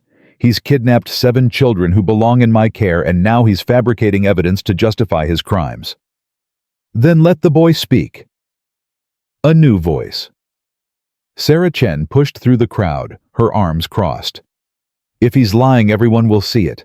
If he's telling the truth—" She didn't finish. She didn't need to. Ashford's jaw tightened. "I won't subject my wards to this circus." "They ain't your wards." Elijah stepped closer. "They never were. You bought them from desperate parents, beat them, starved them, worked them like animals. And when one of them saw you commit murder, you decided they all had to disappear." "That's enough." Ashford turned to the crowd, his voice booming. "This man is clearly unstable. He lost his wife and daughter years ago, and now he's projecting his grief onto innocent children. He needs help, not a platform." "I need justice." Elijah's voice was steady. "And so do those children. So does James Brennan. So does everyone you've ever hurt. Silence. The crowd waited, breath held, watching the two men face each other on the steps. Then, a new sound. Hoofbeats. Coming fast. Everyone turned. A rider was coming up the main street, pushing through the snow horse lathered and steaming. As he got closer, Elijah recognized him. Reverend Stone. Stone pulled up at the edge of the crowd and dismounted. He was exhausted, clothes covered in trail dust, but his eyes were bright. "I found it!" His voice carried across the silent crowd. Emily Brennan's will. Registered at St. Catherine's Parish in 1884. He held up a document. Even from a distance, Elijah could see the white wax seal of the church. It names her sister Helen Crawley as legal guardian of Jake and Abby Brennan in the event of James's death, not Cornelius Ashford. Stone walked forward, the crowd parting before him. Any guardianship papers filed after Emily's death are invalid. Fraudulent. Ashford's face went gray. That document could be forged. Anyone could. It was witnessed by 3 church officials and registered with the territorial court. Stone climbed the steps and handed the document to Judge Harmon, who had emerged from the town hall at the commotion. "Check the seal yourself, Your Honor. It's authentic." Harmon took the document. His hands were shaking.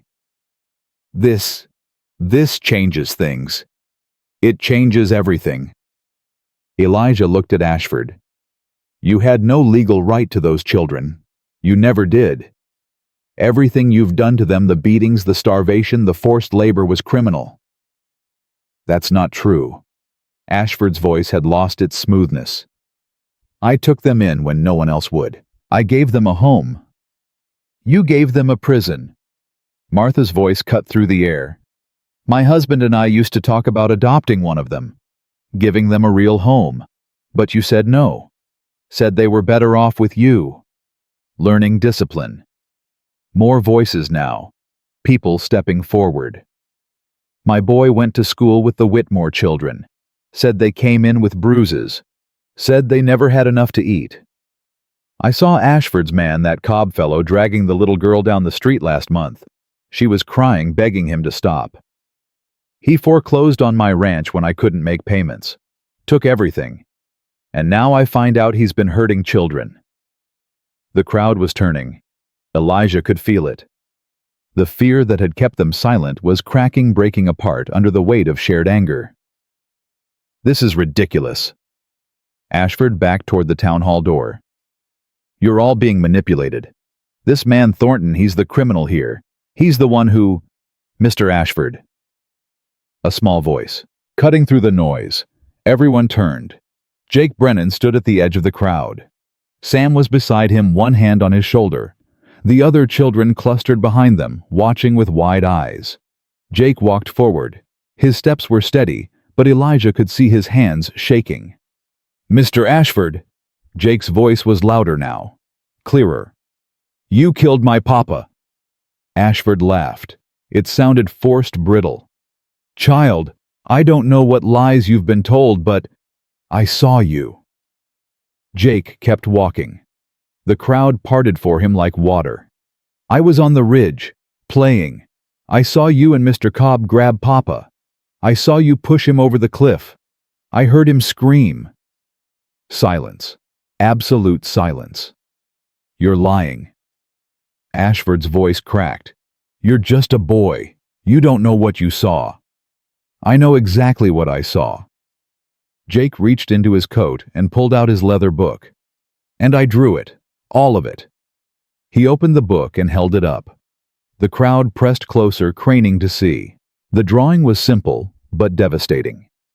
2 men at a cliff's edge. One pushing, one falling. And a third man standing behind, holding the victim's arms. "That's Ashford." Someone in the crowd pointed. "Look at the ring, the coat. That's him. And that's Cobb. I recognize the scar." "My God, the boy's telling the truth." Ashford's mask finally crumbled. His face twisted with rage and fear. "You little—" He lunged toward Jake. Elijah moved faster. He caught Ashford's arm, spun him around, drove him back against the town hall wall. "Don't you touch him! Get off me!" Ashford struggled.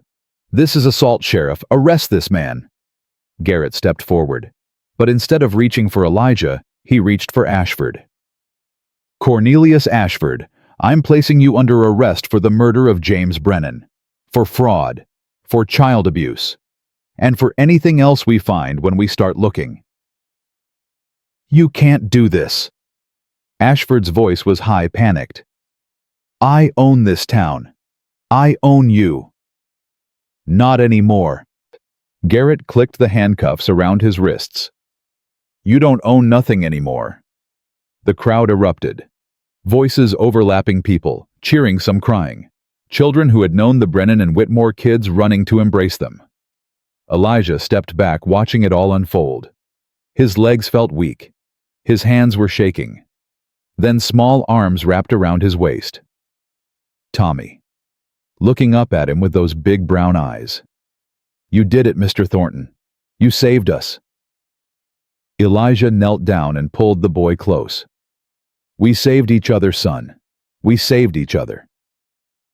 The trial was quick, with Cobb's confession, Jake's testimony, Stone's documents, and a parade of witnesses finally willing to speak.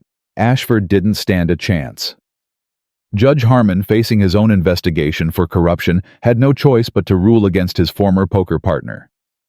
Guilty on all counts: murder, fraud, child abuse, conspiracy. They hanged him 3 weeks later on a cold February morning. Elijah didn't go to watch. Neither did the children. Some things didn't need to be seen. What mattered was what came after. Martha Chen opened her store that afternoon to find a crowd waiting outside. Not angry this time, grateful. "We want to help," Sarah Chen said. She'd become the unofficial spokesperson for the townspeople, her sharp voice cutting through any hesitation. "Thornton lost his ranch because of Ashford. Because he did the right thing. We figure the least we can do is help him rebuild." By the end of the day, they had pledges of lumber nails labor, enough to build a house twice the size of the one that burned. "You don't have to do this," Elijah told them. "I didn't do it for thanks. We know." Tom Wheeler, the livery owner who had turned his back just days before, couldn't meet Elijah's eyes. "That's why we're doing it. Because you didn't ask." Construction started in March when the snow began to melt. 20 men from town showed up that first day. By the end of the week, there were 30. The children helped too. Sam learned to swing a hammer. Clara organized the volunteers, making sure everyone had water and food. Jake drew sketches of the progress, filling page after page with images of walls going up, of rooms taking shape. Even the little ones found ways to contribute. Tommy carried nails in his pockets. Lily sang songs to keep everyone's spirits up. Abby told stories during lunch breaks, her imagination turning the construction site into a castle, a ship, a magical kingdom. Grace stood apart at first, watching with suspicious eyes. She'd been hurt too many times to trust easily. But one afternoon, Elijah found her sitting on a stack of lumber, staring at the half-built house. "Something wrong?" She didn't answer right away. "It's too good," she finally said. "All of this. The house, the people helping, you." She looked at him, her eyes hard. "Things don't stay good. They always fall apart." Elijah sat down beside her. "You're right. Sometimes they do." "Then why bother? Why build something that's just going to burn down or get taken away, or because it's worth it?" Elijah watched the workers moving around the site, laughing, shouting instructions, working together. Even if it falls apart tomorrow, even if everything goes wrong, the building still matters. The trying still matters. That doesn't make sense. Maybe not. Elijah put his hand on her shoulder. "But your mama thought it was worth it. She had you, didn't she? Even knowing how hard life could be. Even knowing she might not be able to keep you." Grace flinched. "She didn't keep us. She sold us. She made an impossible choice, And I ain't saying it was right, but she loved you, enough to hope someone would take care of you when she couldn't. Ashford didn't take care of us. No, he didn't. Elijah's voice was quiet. But I will, if you'll let me. Grace was silent for a long time. Then slowly, she leaned against his shoulder. I'll think about it. It was the closest thing to trust she'd ever offered. Elijah put his arm around her and watched the sun set over the mountains. The house was finished in April. 2 stories, 6 bedrooms, a big kitchen with a wood stove, a porch that wrapped around 2 sides. The children stood in front of it staring. It's huge, Sam breathed. It's home. Elijah opened the front door. Come on, let me show you your rooms. They explored every corner, tested every floorboard, opened every window to let in the spring air. Clara cried when she saw her room. A real bed, a dresser with a mirror, curtains her mother would have loved. It's too much, she whispered. We don't deserve. You deserve everything. Elijah's voice was rough. You deserve peace and safety, and a place to grow up without fear. This house, it's just wood and nails. But what we build inside it, that's what matters. That night they ate dinner together at the big table in the kitchen. Stew that Martha had made, bread that Clara had baked, pie that Abby had helped assemble, though more filling had ended up on her face than in the crust. Elijah looked around the table at the faces of his family. Because that's what they were now, not by blood, by choice. Sam finally relaxing, finally allowing himself to be a kid instead of a parent. Clara still mothering everyone but learning to let others take care of her too. Jake, his book open beside his plate, sketching the moment for posterity. Grace still wary but softening day by day. Abby telling an elaborate story about a princess and a dragon that somehow involved pie. Tommy, his bear, sitting in the chair beside him, included in everything. Lily nearly asleep in her seat, worn out from a day of running through the new house. 7 children, 7 miracles. Mr. Thornton. Lily's sleepy voice broke through the chatter. Yeah, honey. Can I call you Papa now? The table went quiet. Elijah's throat tightened. He thought about Hope, about the word Daddy on her lips, about how he'd thought he'd never hear anything like it again. Yeah, his voice cracked. Yeah, you can call me Papa. Lily smiled, her eyes closing. Good, because you feel like a papa. She was asleep before she finished the sentence. Clara picked her up gently. I'll put her to bed. I'll help. Sam stood reaching for Tommy, who was also fading fast. One by one, the children drifted upstairs. Good nights exchanged. Doors closing. The sounds of a family settling in for the night. Elijah sat alone at the table listening. This was what he'd lost. This fullness, this noise, this sense of purpose. He'd thought it was gone forever, but here it was again. Different, harder, built on ashes and grief and impossible hope, but real. He walked out onto the porch. The night was clear. Stars spread across the sky like scattered diamonds. In the distance, he could see the mountains still capped with snow. Footsteps behind him. Jake. The boy came to stand beside him, his book clutched to his chest. Can't sleep. Jake shook his head. Too much thinking. What about Papa, Mama? Jake's voice was quiet. I used to dream about them every night. But lately, I don't know. The dreams are different. Different how they're happy now. In the dreams, they're together. And they're smiling at me, like they're proud.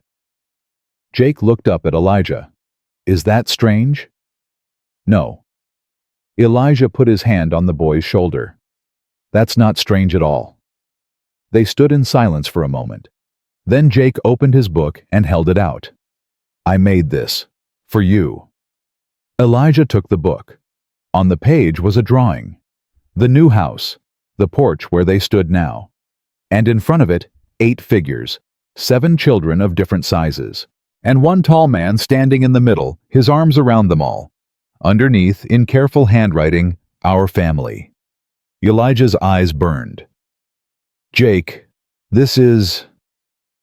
I wanted you to have something to remember. In case..." Jake's voice faltered. "In case things change. In case something happens. So you'd know that right now, right here, we were happy. All of us. Because of you." Elijah closed the book, knelt down so he was eye level with the boy. "Nothing's going to happen. You hear me? I'm not going anywhere. None of us are." "You can't promise that. Nobody can promise." "I know." Elijah pulled him close. "I know I can't promise forever, but I can promise today, and tomorrow, and the day after that. I can promise to keep showing up every single day for as long as I'm breathing." Jake's arms came up, wrapping around Elijah's neck. "That's enough," he whispered. "That's enough for me." They stayed like that for a long moment. A man who had lost everything finding his way back. A boy who had seen too much learning to trust again. Then Jake pulled back, wiping his eyes. "I should go to bed." "Yeah, you should." Jake started toward the door, then stopped. "Mr. Thornton, Papa." The word hit Elijah like sunlight after a long winter. "Yeah." "Thank you for not giving up on us." He disappeared inside before Elijah could respond. Elijah stood alone on the porch, the leather book in his hands, the stars wheeling overhead. He thought about Margaret, about hope, about the 2 graves under the oak tree still there, still waiting. He'd visit them tomorrow, tell them about the children, about the new house, about how their deaths had somehow impossibly led to this moment. He didn't understand it, didn't know why grief made room for love, or why loss could lead to gain. Didn't know why some people were taken too soon, while others lived long enough to find redemption. But standing there with a family sleeping safe inside, and the spring wind carrying the smell of new growth, he knew one thing. It was worth it. All of it. The pain, the struggle, the years of emptiness. Worth it. He went inside, closed the door, and climbed the stairs to check on his children. Years passed the way they do in Wyoming Territory, slowly in winter, fast in summer, measured not in days, but in seasons. The ranch grew. Elijah added more land when the opportunity came, bought cattle to run alongside the sheep, built a second barn bigger than the first. The children grew too, stretching upward like saplings reaching for sun. Sam turned 16, then 17, then 18. He grew into his shoulders, developed a quiet confidence that made other men listen when he spoke. Elijah taught him everything he knew about ranching, and Sam absorbed it like dry earth absorbs rain. "You've got a gift," Elijah told him one evening, watching Sam gentle a half-wild horse that had been giving the hired hands trouble. "The animals trust you. They know I won't hurt them." Sam stroked the horse's neck. "Animals can tell when someone's been hurt. They recognize it." Clara turned 17 and took over the household with quiet efficiency. She could stretch $1 further than anyone Elijah had ever known, could turn scraps into meals that filled bellies and warmed hearts. But more than that, she became the emotional center of the family, the one everyone turned to when they needed comfort or advice. "You're too young to be this wise," Martha Chen told her once. Clara smiled, but her eyes were old. "I had to grow up fast. We all did." Jake never stopped drawing. His book filled then another, then another. By the time he was 15, his sketches had caught the attention of a newspaper editor in Cheyenne, who offered him a job as an illustrator. "I don't want to leave," Jake told Elijah. "This is home." "Home doesn't go anywhere." Elijah put his hand on Jake's shoulder. "It'll be here when you're ready to come back. But you've got a gift, son. Don't waste it." Jake left that fall. He wrote letters every week, detailed and illustrated, full of stories about the city and the people he met. He came home for Christmas, for summer, for any excuse he could find. "The city's interesting," he said during one visit, sitting on the porch with Elijah. "But it's not this. It's not family." Grace softened over the years, though she never lost her fire completely. She became the family's defender, the one who stood up to anyone who looked at them sideways. When a new family in town made comments about that rancher with all those orphans, Grace marched right up to them and set them straight in terms that left no room for misunderstanding. "You can't just threaten people." Clara scolded her afterward. "I didn't threaten anyone." Grace crossed her arms. "I explained, loudly." Abby grew into her imagination.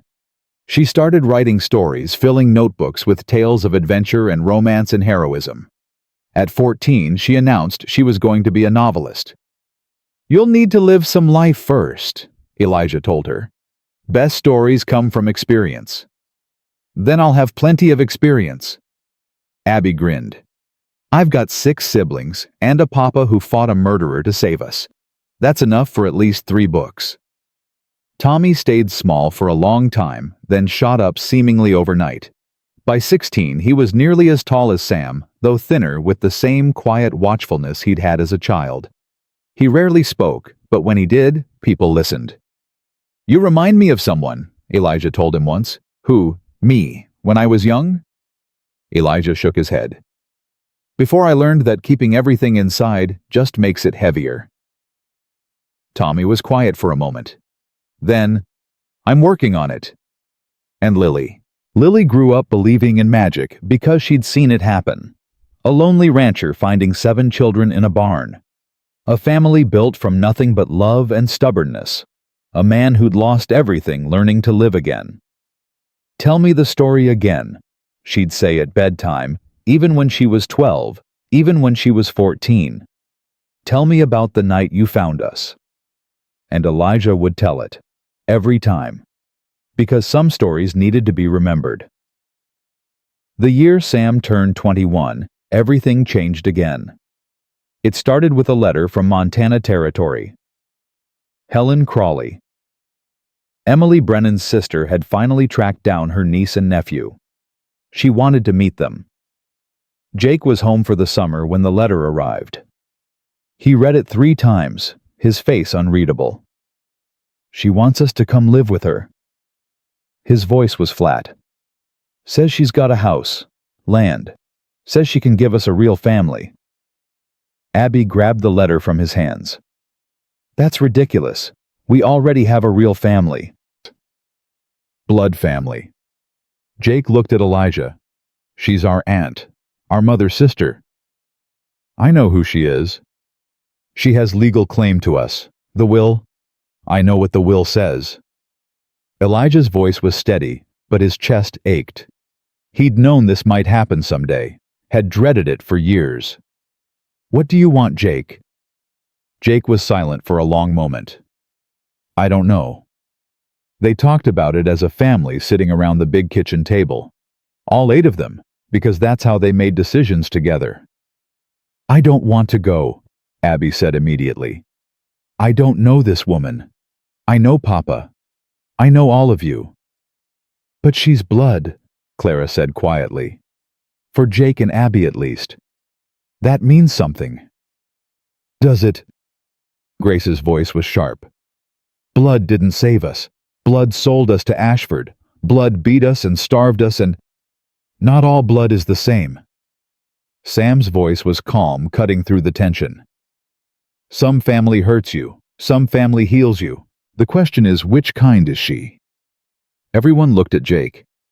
"I need to meet her." Jake's voice was quiet. "I need to know. If I don't go, I'll always wonder."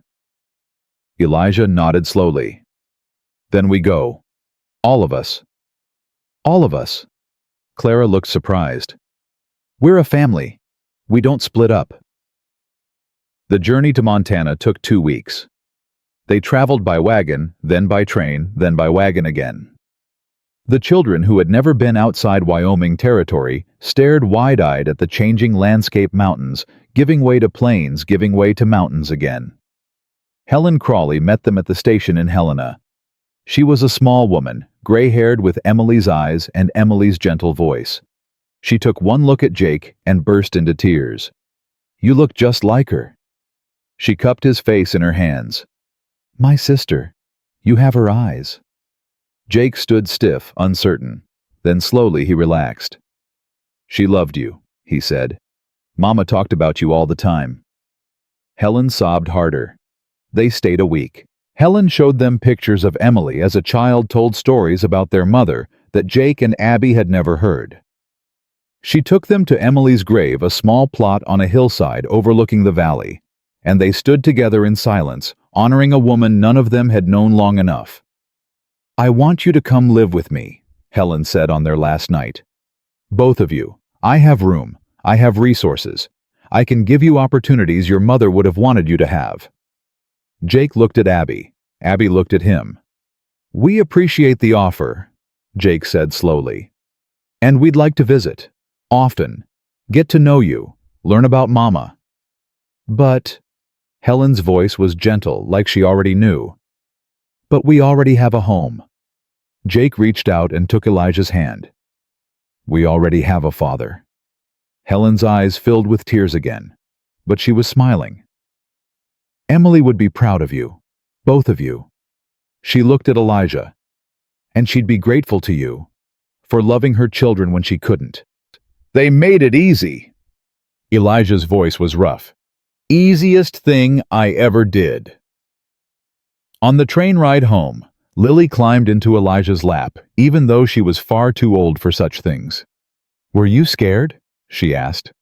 That Jake and Abby would stay terrified. But you took us anyway, even though you might lose them. That's what love is. Elijah stroked her hair, risking loss, doing it anyway. That sounds hard. It is. He looked out the window at the mountains rolling past. But it's worth it. Every time. More years, more seasons. Sam married a schoolteacher from Cheyenne. They built a house on the north section of the ranch close enough to visit every day, far enough for privacy. Their first child, a girl, was born on Christmas Eve. What are you going to name her? Elijah asked, holding the tiny bundle in his arms. Sam looked at his wife. She nodded. Hope. Sam's voice cracked. After your daughter, if that's all right. Elijah couldn't speak, just held the baby closer and let the tears fall. Clara married a lawyer from Silver Springs who'd helped prosecute Ashford all those years ago. He was kind, steady, the sort of man who saw Clara's strength and wasn't threatened by it. He knows I'm not easy, Clara told Elijah before the wedding. I warned him, said I've got rough edges that won't smooth out. What did he say? He said rough edges are what make diamonds valuable. Smart man. Jake's illustrations appeared in newspapers across the territory, then across the country. He drew the West, as he saw it, harsh and beautiful, unforgiving and generous. His most famous piece was a series called 7, depicting 7 children huddled in a barn, snow falling around them, a lantern light approaching in the darkness. He never sold the original. It hung in Elijah's living room until the day he died. Grace surprised everyone by becoming a doctor. She traveled east for training, worked in hospitals in Boston and New York, then came back to Wyoming to open a clinic in Silver Springs. I spent so many years being angry, she told Elijah. Angry at Mama for selling us. Angry at Ashford for hurting us. Angry at the world for being cruel. But anger just eats you up inside. I wanted to do something that helped instead of hurt. Your mama would be proud. Grace's eyes glistened. You think? I know. Abby published her first novel at 23. It was called Winter's Children, and it told the story of a group of orphans saved by a lonely rancher on the coldest night of the year. Critics called it sentimental. Readers couldn't put it down. It sold more copies than any Western novel in a decade. It's our story, she told Elijah at the book launch. I changed the names, added some drama. But it's us. I wanted people to know what you did. What we did. Elijah held the book in his hands. I didn't do nothing by myself, thing. You showed up. Abby kissed his cheek. Every day. That's everything. Tommy became a rancher, taking over more and more of the operation as Elijah got older. He had his father's gift with animals, his mother's quiet strength traits he'd absorbed from the man who'd raised him, even though they shared no blood. "I want to buy the south section," Tommy told Elijah one evening. "Expand the herd. Build something that'll last." "It's yours. All of it. When I'm gone." "Don't talk like that." "I'm 67 years old, son. I've got to talk like that." Elijah put his hand on Tommy's shoulder. "But that's all right. I'm not scared. I've done what I needed to do. Raised 7 children into 7 good people. That's more than most men get." "You did more than raise us." Tommy's voice was thick. "You saved us." "No." Elijah shook his head. "You saved me." And Lily. Lily stayed close.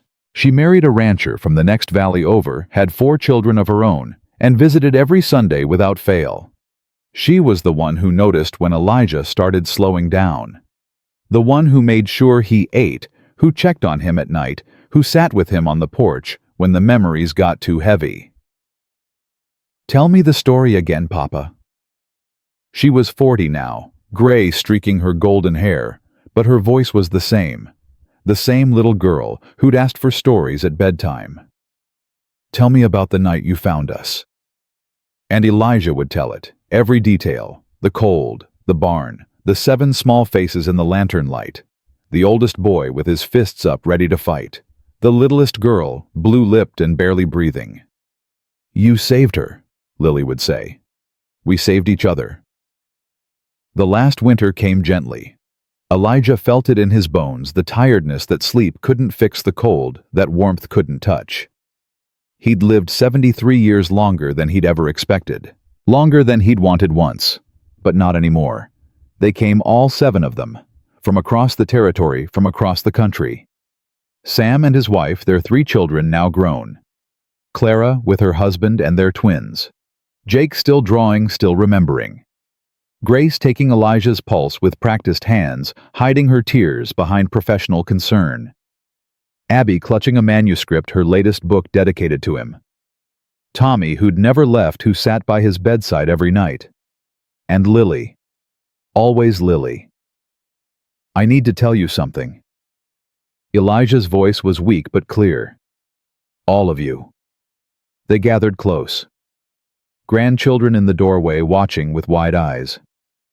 "When you came into my barn that night, I was done. I'd been done for years. Just going through the motions, waiting to die."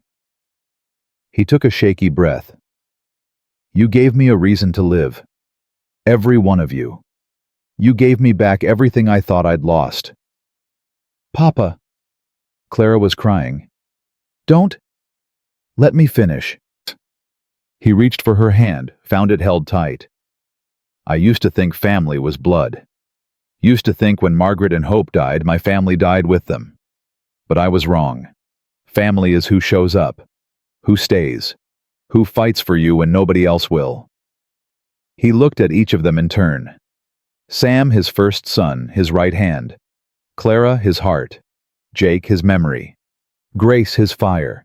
Abby, his voice. Tommy, his legacy. Lily, his joy. "I'm not scared," he said, "because I know what I'm leaving behind. I know you'll take care of each other. I know you'll pass it on, this thing we built. This family." "We will, Papa." Sam's voice broke. "We promise." "I know you will." Elijah closed his eyes. "Now, somebody tell me a story.